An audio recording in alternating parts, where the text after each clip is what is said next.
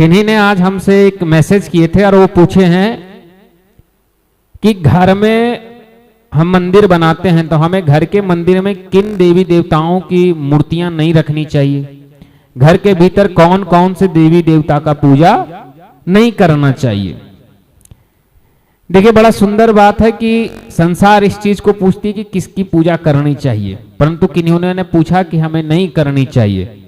ये भी बात सही है कि जो नहीं करना चाहिए कहीं गलती से हो रहा हो, यह प्रश्न भी बड़ा उचित है कि घर के भीतर किन देवी देवताओं की प्रतिमा नहीं होनी चाहिए, किन देवी देवताओं का पूजा घर के भीतर नहीं करते हैं।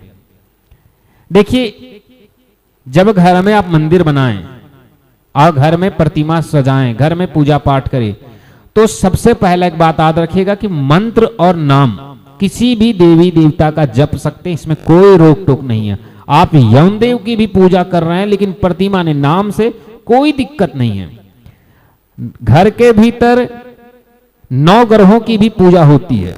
जब हम 9 ग्रह करते हैं ना, जो कोई भी पूजा पाठ हो 9 ग्रह पूजा करते, इसमें शनि देव भी आते हैं। प्रतिमा का बात मैं कर रहा हूं, इसलिए इस बात को याद रखिएगा, घर के भीतर किन किन देवी देवताओं का प्रतिमा और पूजा नहीं की जाती है। सबसे पहले बताया जाता है कि घर में जब आप मंदिर बनाएं या घर के किसी भी दीवार या कहीं पे पोस्टर लगाएं, तो इस बात को हमेशा ध्यान रखें कि किसी भी ऐसे देवी देवता जिनका रौद्र रूप हो, जो क्रोध के रूप में हो, गुस्से वाले हो, मतलब फोटो में गुस्से में दिख रहे हो, उनकी प्रतिमाओं को घर के भीतर नहीं लगाना चाहिए, कभी नहीं। क्योंकि जो सामने वाले जिस भाव को है उसी भाव में हमें वो फल देंगे। ऐसे देवी देवताओं की तस्वीर घर के मंदिर में या घर के स्थान दीवालों में लगानी चाहिए जिनमें भगवान बैठे हों, ध्यान से बैठे हों, शांत से बैठे हों, मन प्रसन्न चित्त मन से बैठे हों, ऐसे भगवान की ही तस्वीर लगानी चाहिए। आराम से, ऐसा नहीं कि भगवान जी गुस्से में हैं, किसी को पीटने जैसा कर रहे हैं और हम ऐसी मूर्ति या तस्वीर लगा रहे, ये गलत है, ये घर में नहीं लगाना चाहिए। रौद्र रूप में किसी भी भगवान की मूर्ति या तस्वीर घर में नहीं, मंदिर में लगा सकते, घर में नहीं लगाना चाहिए। ये तो किसी भी देवी देवता का नियम है, कभी मत। शिवलिंग की एक नियम होती है कि आप उसे अंगुल से नाप करके, जब आप कहीं भी दुकान में जाए, सामने पंडित जी जब भी लाएं तो किसी मंदिर के पंडित जी से पूछिए, आपको बता देंगे कि किस शिवलिंग को कितना साइज में रखना चाहिए, कितनी ऊंचाई। तो आप उस साइज के बाद ना रखें, एक शिवलिंग की छोटी ही साइज घर में रखनी चाहिए। तीसरी चीज, घर में काली माता, बहुत कोई काली जी का मूर्ति रखता है, काली जी की मूर्ति, शनि जी की मूर्ति, भैरवनाथ जी की मूर्ति या तस्वीर, राहु केतु का मूर्ति या तस्वीर, इनकी तस्वीर या मूर्तियां घर में नहीं लगानी चाहिए, कभी भी नहीं। काली जी की कोई भी तस्वीर आती, हमेशा काली जी खड़े रहते हैं और रौद्र रूप में रहते हैं, जबकि ये सही नहीं है। रौद्र रूप में किन्हीं की भी देवी देवताओं को घर में नहीं रखना चाहिए, क्योंकि वो हमारी माता है, हम उनकी पूजा कर रहे हैं। पुत्र क्या चाहता है? पुत्र का माता से प्रेम बरसे, ना कि क्रोध। अब जैसी तैसा का तस्वीर लगाओगे, जैसे व्यक्ति को घर में बिठाओगे, उसकी भाव घर में वैसा ही झलकेगा। तो काली जी की जब ऐसी प्रतिमा जिसमें क्रोध भाव में ही अक्सर उनकी प्रतिमा आती, क्योंकि माता रानी काली रूप तभी धारण करती है जब वह क्रोधित होती है, तो उन्हें घर के भीतर नहीं रखना चाहिए। उन्हें अगर आसपास में मंदिर हो तो वहीं रखेंगे। और आप पुरानी कथाओं में भी पढ़ेंगे, तेनालीराम इत्यादि की, वे मंदिर जाते थे पूजा करने, घर में नहीं रखे थे। और दूसरी बात कहा जाता है कि काली जी जिसके घर में रहती है और उसका अगर नित्य पूजा हो काली जी का, तो काली जी अपने भक्त को पूरे परिवार से अकेला कर देती है। पूरे परिवार उससे लड़ करके अलग हो जाएगा, वह बस अकेला काली जी के साथ रहेगा। तो गृहस्थ व्यक्ति को तो नहीं रखना चाहिए।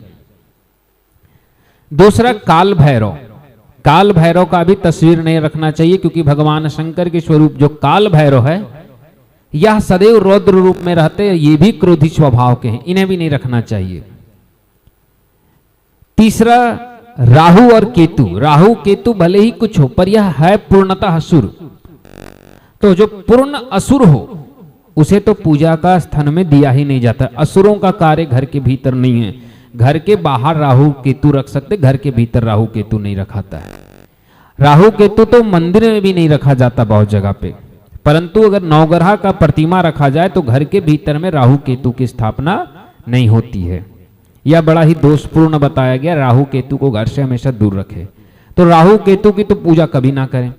शनि जी की प्रतिमा, शनि जी का जाप, शनि जी का नाम कोई दिक्कत नहीं, लेकिन शनि जी की प्रतिमा घर के भीतर नहीं रखनी चाहिए। कहा जाता है कि शनि जी का तिरछा नजर जिस व्यक्ति पर पड़ जाए उस पर शनि की महादशा शुरू हो जाती है, या जिस वस्तु पर शनि जी की प्रत्यक्ष किसी स्त्री या पुरुष किसी का भी नजर मिल जाए, शनि से नजर मिला ले, तो उस पे भी शनि जी की महादशा आ जाती है। और अगर घर में शनि जी रहेंगे तो कोई भी व्यक्ति साधारणतः नजर से नजर मिला ही लेगा। बच्चों का भी काम है देख लेना, और बच्चों का तो नया नियम है कि आप जो मना करेंगे वही करेंगे, इसीलिए उन्हें भी घर में नहीं रखना चाहिए। ये तो हो गए नियम मुख्यतः कि इन देवी देवताओं को नहीं रखना चाहिए।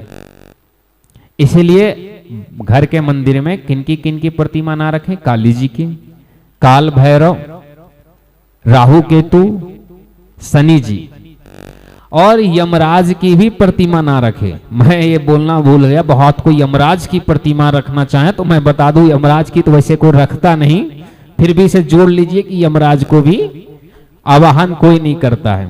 सबकी आवाहन पूजा है, शनि पूजा भी है, काली पूजा भी, लेकिन यमराज की पूजा नहीं होती। जबकि जीवन में कोई देवी देवता आपको स्वीकारे या ना स्वीकारे, सब अपने कार्य से भटक सकते हैं, पर यमराज केवल समय तो आने दीजिए, वो एक क्षण भी नहीं रुकेगा, आपको लेने पहुंच जाएगा। भले अकाल मृत्यु में वो पहले पहुंच जाएं, पर 10 मिनट देरी से नहीं पहुंचेंगे। इसीलिए यमराज की पूजा ना करें, क्योंकि यमराज जो हैं वो अपने टाइम के पक्के हैं, उनको जिस दिन आना होगा उस दिन वो आ ही जाएंगे। इसीलिए घर की मंदिर की बस इतना ही प्रतिमाएं हैं कि इन्हें ना रखें। बाकी आप घर में जितनी पूजा पाठ करना हो करें, बहुत शुभ है।